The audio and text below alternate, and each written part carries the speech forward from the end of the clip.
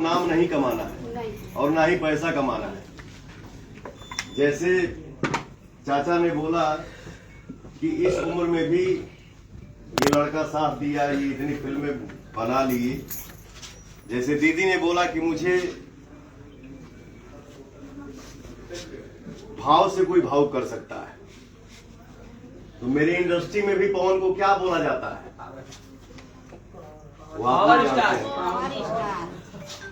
आज के समय में भी पवन के अंदर इतना कुवत है, इतना शक्ति जरूर रखता हूं कि अगर कोई भाई या चाचा आ गया फिल्म बनाने के लिए या सॉन्ग लेने के लिए और आंसू दिख गया तो मैं उस पर बिक जाता हूं। पवन को पैसे से कोई नहीं खरीद सकता। तो हमेशा दिल में एक जगह रखिएगा कि पवन कभी नेता बन के आपके सामने खड़ा नहीं होगा। मैं एक कलाकार हूं, आपका भाई हूं, आपका बेटा हूं, और कोई जात पात ना मेरे दिल में है ना ही दिमाग में है। मेरे दिल में, मेरे दिमाग में, मेरे मन में सिर्फ और सिर्फ एक ही चीज चलती है और रहती है, वो है इंसानियत। और मैं हमेशा चाहता हूं, और मैं यहाँ जो लोकसभा में खड़ा हूं काराकाट में, जैसे कैसे हुआ मैंने पोस्ट किया तो एक भाई ने लिखा, ये भैया ये काराकाट है कहाँ?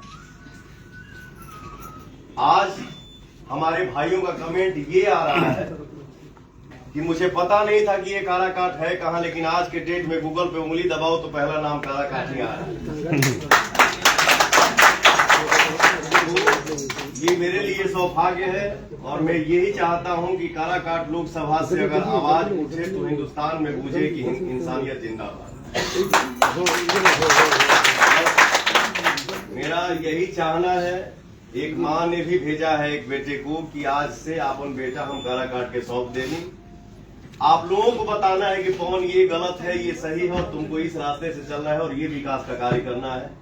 और मेरे दिल में अरमान है, हम जितने नौजवान भाई साथी हैं, जितने भाई हैं, हम लोगों को ऐसा काम करना है कि हमारे कर्मों से, हमारे मेहनत से हमारे माँ बाप को खुशी मिले। लेकिन माई बाप अगर आशीर्वाद कोनो बेटा के अगर देता, मिलता, तो माँ बाप की सेवा से बढ़ के कोई सेवा नहीं है और ना ही कोई पूजा है। मेरे दिल में यही अरमान है कि यहाँ मतलब जे भी हमार भाई बा, बहन बा, चाची बिया, दादी बिया, हमार भैया बा, चाचा बा, बाबा बा, बस खाली खुशी निकले, क्योंकि आंख से आंसू ना।